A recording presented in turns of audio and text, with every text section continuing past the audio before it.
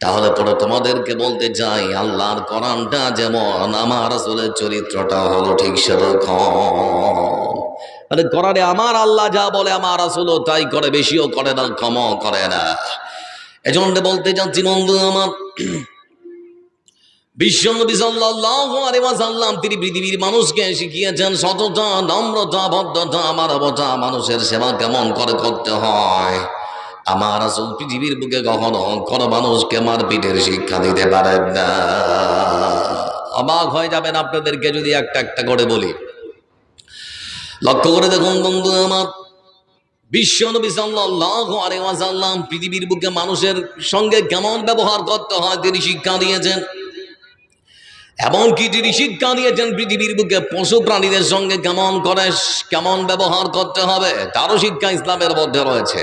লক্ষ্য করে দেখুন, বিশ্বনবী সাল্লাল্লাহু আলাইহি ওয়াসাল্লাম তিনি শিক্ষা দিয়েছেন সুন্দর করে, ইন্নাল্লাহা কাতাবাল ইনসানা আলা কুল্লি শাইইন ফাইদা কাতালতুম ফাহসিনুল কিতলা ওয়া ইযা দাবাতুম ফাহসিনুদ দিবহা। রাসূলুল্লাহ সাল্লাল্লাহু আলাইহি ওয়াসাল্লাম শিক্ষা দিয়েছেন মুসলমান শুনে দাও, আল্লাহ তার সকল সৃষ্টিকে খুব সুন্দর করে বানিয়েছে। তারপরে বলা হচ্ছে আজকের দিন সকালবেলা যখন আপনারা গরুটাকে জবেহ করবেন, তার জন্য শিক্ষা কি জানে? বিশ্বনবী সাল্লাল্লাহু আলাইহি ওয়াসাল্লাম তিনি শিক্ষা দিয়েছেন, ও পৃথিবীর বুকে মানুষেরা তোমরা শুনে নাও, সকালবেলা যখন তোমরা গরুটাকে জবেহ করবে তখন তোমরা ভালো করে দেখে নাও যে ছুরি দিয়ে, যে চাকু দিয়ে তোমরা গরুটাকে কাটছো, সেই ছুরির মধ্যে, চাকুর মধ্যে ধার আছে কি না? ধার যদি থাকে তাহলে পরে কাটো, না হলে পরে গরুটাকে কাটা যাবে না। কেন? ছুরির মধ্যে যদি ধার না থাকে, ওই ছুরি দিয়ে যদি আপনি গরুটাকে কাটেন তাহলে পরে তার কষ্ট কম হবে না বেশি? কথা বলে। এজন্য ইসলাম শিক্ষা দিয়েছে যে ছুরিতে ধার থাকবে না, সেই ছুরি দিয়ে গরুকে জবাই করা যাবে না, কারণ কষ্ট দিয়ে আপনি একটা অবলা জীবকে মারতে পারেন না। এজন্য বুখারীর বর্ণনায় রাসূলুল্লাহ সাল্লাল্লাহু আলাইহি ওয়াসাল্লাম একখানা হাদিসের মধ্যে বলেছেন, একজন মহিলা, একজন মেয়ে লোক, তার বাড়িতে একটা বিড়াল মাঝে মাঝে খাবার টাবারে মুখ দিয়ে দেয়। তো বিড়ালটার উৎপাত থেকে বাঁচার জন্য বিড়ালের গলায় একটা রশি দিয়ে বিড়ালটাকে খুঁটিতে বেঁধে দিয়েছে। রাত যায় দিন যায়, দিন যায় রাত যায়, এই মতো করে ঘরে বিড়ালটাকে বেঁধে রেখেছে, খেতেও দেয় না, পানিও দেয় না। এই মতো করতে করতে হঠাৎ করে বিড়ালটা একদিন মারা যায়। বিশ্বনবী সাল্লাল্লাহু আলাইহি ওয়াসাল্লাম মেয়েটার ব্যাপারে তিনি বললেন, ও মা সাদিরা তোমরা শুনে নাও, যে মহিলা একটা অবলা জীবকে, একটা প্রাণীকে এই মতো করে কষ্ট দিয়ে হত্যা করতে পারে, সে মহিলা কখনো আল্লাহর জান্নাতে যেতে পারে না। যে ইসলাম বন্ধু আমার একটা বিড়ালকে মারলে পরে জাহান্নামে যাওয়ার কথা বলে, সে ইসলাম কখনো মানুষ মারার শিক্ষা দিতে পারে না। এজন্য আল্লাহ রাব্বুল আলামিন কোরআন কারীমের মধ্যে তিনি সুন্দর করে বলেন, ওয়া মা আরসালনাকা ইল্লা রাহমাতাল লিল আলামিন। হে রাসূল, আমি আপনাকে সারা পৃথিবীর জন্য করুণা স্বরূপ, রহমত স্বরূপ প্রেরণ করেছি। সারা পৃথিবীর জন্য আপনি দয়ার সাগর, সারা পৃথিবীর জন্য আপনি দয়ার সাগর, আপনি করুণার সাগর। তাই তো বিশ্বনবী সাল্লাল্লাহু আলাইহি ওয়াসাল্লাম সম্পর্কে আমার আল্লাহ রাব্বুল আলামিন কোরআন কারীমের আরেক আয়াতে সুন্দর করে বলেন, ওয়া মা আরসালনাকা ইল্লা কাফাতাল লিন্নাস বাশীরান ওয়া নাযীরা ولكن أكثر الناس لا يعلمون। আল্লাহ রাব্বুল আলামিন তিনি সুন্দর করে বলেন, হে রাসূল, আমি আপনাকে সারা পৃথিবীর সমগ্র মানব জাতির জন্য, এখানে শুধু মুসলমানদের জন্য বলা হচ্ছে না, সারা পৃথিবীর সমগ্র মানব জাতির জন্য। তার মানে সারা পৃথিবীর বুকে যত মানুষ বাস করে, যত দলেরই মানুষ বাস করে, হিন্দু, জৈন, বৌদ্ধ, খ্রিস্টান, সারা পৃথিবীর সমগ্র মানব জাতির জন্য আমি আপনাকে সতর্ককারী, সুসংবাদদাতা হিসেবে প্রেরণ করেছি। অধিকাংশ মানুষই বোঝে না, জানে না, জানার চেষ্টা করে না।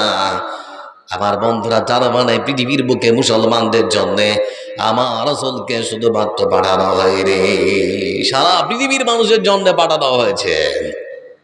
এই আয়াতের মধ্যে দুটো কথা বলা হচ্ছে, সতর্ককারী আর সুসংবাদদাতা। তার মানে যেখানে জাহান্নামের ভয়, তারপরে পরে আবার জান্নাতের সুসংবাদ আছে না নেই? কথা বলেন। রাসূলুল্লাহ সাল্লাল্লাহু আলাইহি ওয়াসাল্লাম তিনি সুন্দর করে বলেন, ইয়াদখুলুল জান্নাতা মিন উম্মতি ৭০,০০০ বিগাইরি হিসাব। هم الذين لا يسترقون ولا يتطيرون وعلى ربهم يتوكلون। আল্লাহ রাব্বুল আলামিন যিনি সুন্দর করে কোরআনে কারীমের মধ্যে, আল্লাহ রাব্বুল আলামিন রাসূল যিনি হাদিসের পরিভাষায় সুন্দর করে বলেন, আমার উম্মতের মধ্য থেকে ৭০,০০০ এমন মানুষ রয়েছে, এমন ৭০,০০০ মানুষ রয়েছে যারা বিনা হিসাবে, বিনা বিচারে আল্লাহ জান্নাতে প্রবেশ করবে। এদের কোনো হিসাব হবে না, বিচার হবে না। ৭০,০০০ মানুষ। ওরা কারা? ওরা হচ্ছে ওই সমস্ত মানুষ যারা কোনোদিন কোন জিনিসকে শুভ বা অশুভ লক্ষণ মনে করে না, কোনদিন যারা শুভ বা অশুভ লক্ষণ মনে করে না, যারা নিজের ভাগ্য পরীক্ষা করার জন্য পাখি ওড়ায় না, যারা সদা সর্বদা আল্লাহর উপরে ভরসা করে। মুসলমান ভরসা করবে কার উপরে? কথা বলে না, কার উপরে? বিপদ থেকে উদ্ধার করার মালিককে। কোন বাবা মানুষকে বিপদ থেকে বাঁচাতে পারবে? কেরামান কাতিবিন হাসরের দিন, কেরামান কাতিবিন হাসরের দিন আল্লাহর কাছে যদি করে অভিযোগ, আমি বলবো দুনিয়ায় ছিলাম খাজা বাবার লোক। কার লোক? খাজা বাবার লোক। আর খাজা বাবা সেই দিন যদি বলে, বেটা আমি কি তোমাকে আমার লোক হতে বলেছিলাম, তখন তো বিপদ হবে না? হবে না? এই জন্য আমরা বলবো আমরা আল্লাহর বান্দা এবং রাসূলের অনুসারী, তাই তো নাকি? এজন্য বিশ্বনবী সাল্লাল্লাহু আলাইহি ওয়াসাল্লাম তিনি বললেন, আমার উম্মতের পক্ষ থেকে ৭০,০০০ মানুষকে বিনা হিসাবে, বিনা বিচারে আল্লাহ জান্নাতে প্রবেশ করানো হবে। ৭০,০০০। আবার প্রত্যেক হাজারের সঙ্গে আরো ৭০,০০০ করে। ওরা কারা? ওরা হচ্ছে ওই সমস্ত মানুষ যারা কোনোদিন কোনো জিনিসকে শুভ বা অশুভ লক্ষণ মনে করে না। লক্ষ্য করে দেখুন বন্ধু আমার, আল্লাহর পক্ষ থেকে যদি অনাবৃষ্টি শুরু হয়, বৃষ্টি হচ্ছে না গ্রামের, তখন দাদিরা কি বলে? বৃষ্টি হয় না কেন? দাদিরা তখন আমাদের কেটে বলে, পুকুরের ধারে যা, ব্যাং ধরে নে, বিয়ে দে, তাহলে পরে বৃষ্টি হবে। বলে তো নাকি? বৃষ্টি দেওয়ার ক্ষমতা আছে যাত্রীকে? আচ্ছা, ব্যাঙের কোন ক্ষমতা আছে বৃষ্টি দিতে পারে নাকি? অসম্ভব। আবার অনেক সময় দেখবেন আকাশের একদিকে রদ, আরেকদিকে বৃষ্টি। গ্রামের মানুষেরা তখন বলে, এখন শিয়ালের বিয়ে লেগেছে। বলে না? বলে না? আবার বন্ধু আমার, রাসূল সাল্লাল্লাহু আলাইহি ওয়াসাল্লাম তিনি বললেন, যারা কোনদিন কোন জিনিসকে শুভ বা অশুভ লক্ষণ মনে করে না। একজন মুসলমান আর একজন হিন্দুর মধ্যে পার্থক্য কি? একজন মুসলমান যখন সকালবেলা দোকান খুলবেন, তার কাছে যদি কোনো খদ্দের কোনো জিনিস বাকিতে নিতে যায়, প্রথম কাস্টমার, তখন তার মনের মধ্যে বিশ্বাস, এখন যদি দিয়ে দেই সারাদিন আর কেউ আসবে না, নাকি? এখন বিশ্বাস আছে না? নেই? তো একজন হিন্দু ওটা মনে করে, মুসলমানও এটাই মনে করে। পার্থক্য কোথায়? আমার বন্ধুরা, এখন বর্তমান সময় আমার লক্ষ্য করে দেখবে, মুসলমান যুবক ছেলেদের হাতে বালা আছে না নেই? হাতের আঙ্গুলে অষ্টাদশ আংটি আছে না নেই?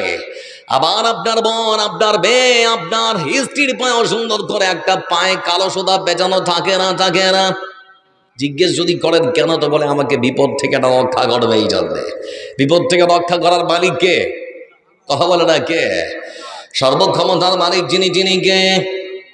সব কিছু কার পক্ষ থেকে হয়? রিজিক দেওয়ার ক্ষমতা আছে কার?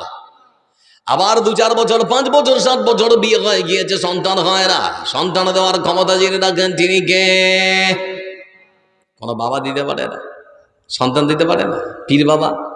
তাহলে পরে পীরের মাজার গুলোতে যে লেখা আছে, দে খাসি লে ছেলে, নাকি? বলে দে খাসি লে ছেলে, মানে খাসি দিয়ে যা, ছেলে নিয়ে যা, নাকি? পাওয়ার কথা ভাবতে পারেন। এখন ভারাক্রান্ত হৃদয়ে আপনাদের সামনে কথা বলছে, আমার ছেলেটাকে সম্ভবত একটাই আমার বাচ্চা, দোয়া করবেন সবাই, হাসপাতালে ভর্তি করছে এত রাত্রে। যে ফোন আসলো না, সবাই একটু বাচ্চাটার জন্য দোয়া করবেন। সকলের কাছে আমার বিনীত অনুরোধ। তো বলছিলাম, সর্বক্ষমতার মালিক যিনি, তিনি কে? আল্লাহ। সন্তান দেওয়ার ক্ষমতা আছে কার? সবাই বলে আছে কার? আল্লাহ। আল্লাহ ছাড়া কারো ক্ষমতা আছে নাকি? কোনো পীরের ক্ষমতা আছে? কখনো থাকতে পারে না। আরে ও বন্ধ বাবা, আরে ও খাজা বাবা, হাসনে দেখবে তোমার কোন বাবা। যত বাবা তত মাজার, বাবা হলো বেসুমার। রেল লাইনে নেই রে মাজার, বাস লাইনে সব মাজার। আমি মাঝে মাঝে ক্যালকুলেশন করি যে যত পীর মরেছে সব রেল লাইন বাস লাইনে, না কি রে ভাই? রেল লাইনে একটাও মরেনি, সব তো পীরের মাজার বাস লাইনে নাকি? অনেক পীরের মাজারে লেখা আছে আমাদের পীরের মাথা খুব হট, ড্রাইভার ভাই কিছু দিয়ে যান, না হলে গাড়ি সামনে পাল্টি খেতে পারে নাকি? ভয় তখন এরা দিয়েও দিচ্ছে যে পীরের ক্ষমতা তো কম নয়, গাড়ি পাল্টি দিয়ে দিবে, যা কিছু দিয়েই দিই, যা হয় হবে, চিন্তা করে দেবো।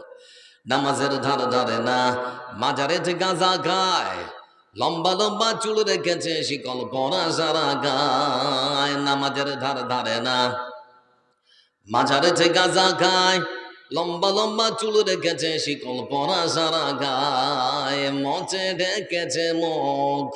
বাবা রামদেবকে দেখেছেন? রামদেব, বাবা রামদেবের দাড়ি যতটা মচো ততটা, বেটা হাসে না কাঁদে কিছুই বোঝা যায় না। এটা কিন্তু ইসলামের শিক্ষা নয়। ইসলামের শিক্ষা হচ্ছে দাড়িকে বড় করতে হবে, মচকে ছেটে ছোট করতে হবে, বা চেঁচে ফেলতে হবে না, ছোট করতে হবে। এটা হচ্ছে ইসলামের শিক্ষা। নামাজের ধার ধারে না, মাজারে যে গাঁজা খায়, লম্বা লম্বা চুল রেখেছে শিকল পরা সারা গায়, মচে ঢেকেছে মুখ, মচে ঢেকেছে মুখ, চেনা যায় না কি কারবার। আরে ও ভণ্ড বাবা, আরে ও খাজা বাবা, রোজ হাসরে দেখবে তোমার কর বাবা। মাজার ব্যবসা ছেড়ে দিয়ে ধরো আল্লাহর দিন ও আইন, এখনো সময় আছে তওবা করে হও মুমিন। মাজার ব্যবসা ছেড়ে দিয়ে ধরো আল্লাহর দিন ও আইন, এখনো সময় আছে তওবা পড়ে হও মুমিন। নিজের বাপের লয় না খবর, নিজের মায়ের লয় না খবর, মাজারে দে লাল চাদর। আরে ও ভণ্ড বাবা, আরে ও খাজা বাবা, রোজ হাসরে দেখবে তোমার ঘর বাবা। সেই দিন বাঁচাবার মালিককে। আমার অপার বাংলার পীরেরা বলছি খালি মুরিদ হতে হলে বড় বড় জাহাজে করে তোদেরকে জান্নাতে নিয়ে যাবে। দেখছেন না?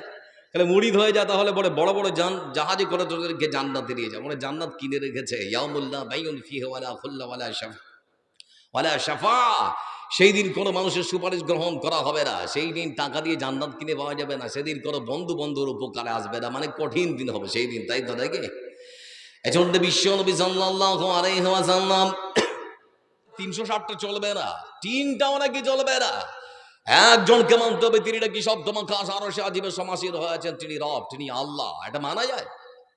তাই যদি হবে তাহলে অবৈধভাবে যে ক্ষমতার চেয়ার দখল করে আছি, সেই ক্ষমতায় তো আমরা থাকতে পারবো না। মোহাম্মদকে মেরে ফেল, না হলে জেলখানায় পাঠিয়ে দে, না হলে দেশ থেকে তাড়িয়ে দে। আমার রাসূলকে তারা ষড়যন্ত্র করে দেশ থেকে তাড়িয়ে দিতে বাধ্য করলো।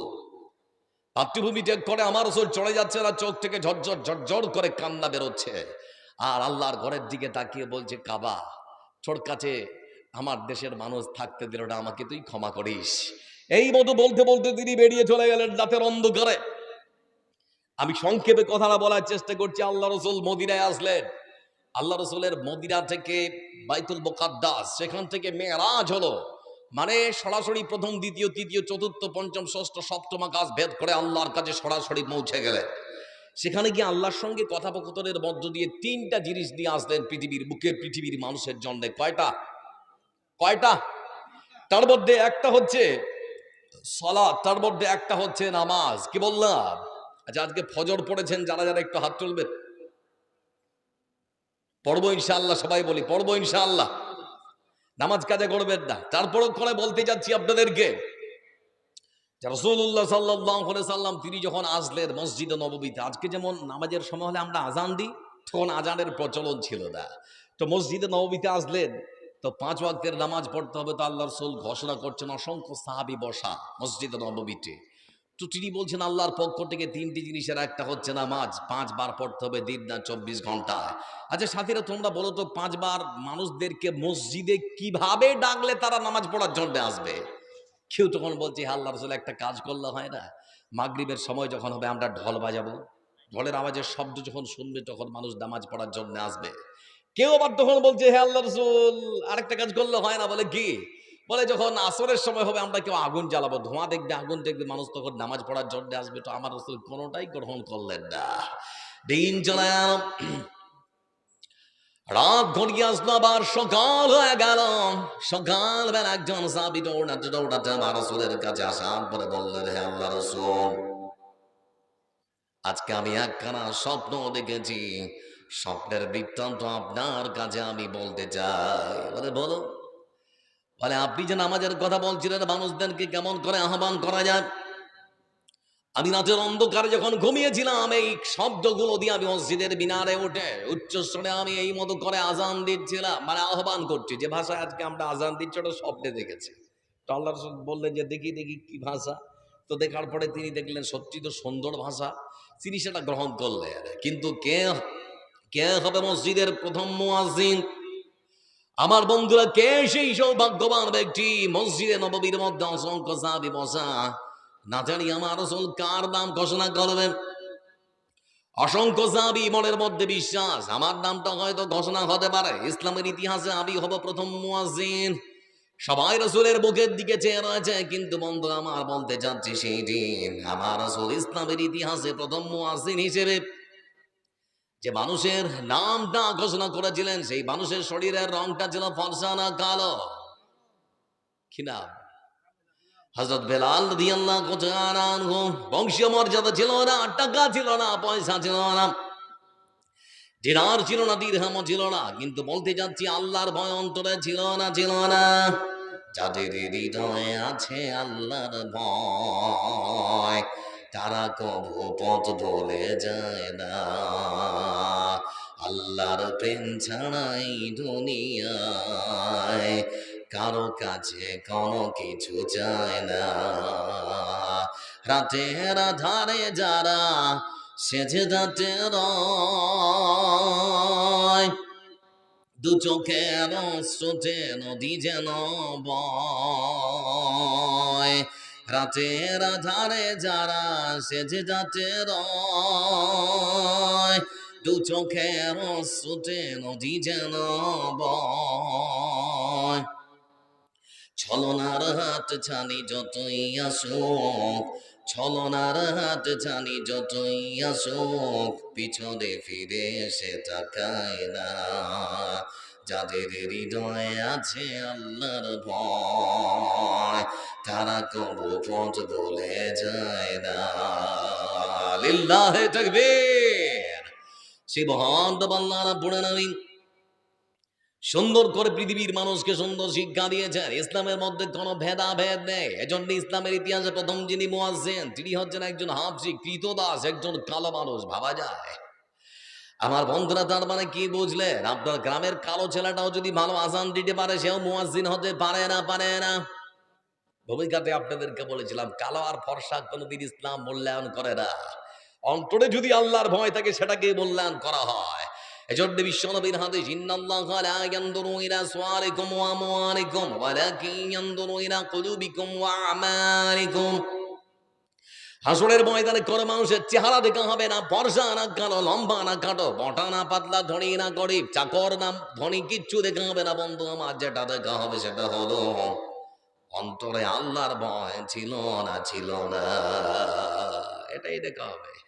আজকে যারা চলে গেছে, ওদের অন্তরে কতটা ভয়, আর আপনাদের অন্তরে কতটা ভয়, এটাও তো একটা বুঝার ব্যাপার আছে, আছে না? নেই? আছে। আমার বন্ধুদের জন্য বলতে যাচ্ছি আপনাদেরকে, এই সেই বেলাল রাদিয়াল্লাহু তাআলা আনহু একজন হাবশী কৃতদাস হওয়ার পরে ইসলামের ইতিহাসে প্রথম মুয়াজ্জিন, মানে ইসলাম মূল্যায়ন করেছে একটা কালো মানুষকে। আপনারা দেখবেন দ্বিতীয় মুয়াজ্জিন ইসলামের ইতিহাসে একজন অন্ধ মানুষ, যার নাম আব্দুল্লাহ ইবনে উম্মে মাকতুম রাদিয়াল্লাহু তাআলা আনহু। মানে ইসলাম মূল্যায়ন করে একটা কালো মানুষকে, ইসলাম মূল্যায়ন করে একটা অন্ধ মানুষকে, যে তারাও যদি ভালো আজান দিতে পারে, তারাও অন্তত মুয়াজ্জিন হতে পারে। আর কোরআনটা যদি জানে, একটা অন্ধ মানুষও ইমামতি করতে পারে, পারে না, পারে না? ওই যে ভূমিকাতে বলেছিলাম, এখন কথাগুলো মনে পড়ছে তো নাকি? আমার বন্ধুরা, এই সেই বেলাল রাদিয়াল্লাহু তাআলা আনহু কয়েকদিন মসজিদে নববীতে তিনি আজান দেননি। সরাসরি আকাশ থেকে জিবরাইল আলাইহিস সালাম নেমে এসে আল্লাহ রাসূলকে জিজ্ঞেস করছেন, মুহাম্মদ, বলে কি? বলে আজকে মসজিদে নববীতে কি আজান হয়নি? বলে বলেন কি, আজান তো হয়েছে। বলে না, হয়নি। বলে জিবরিল, তুমি বুঝলে কেমন করে?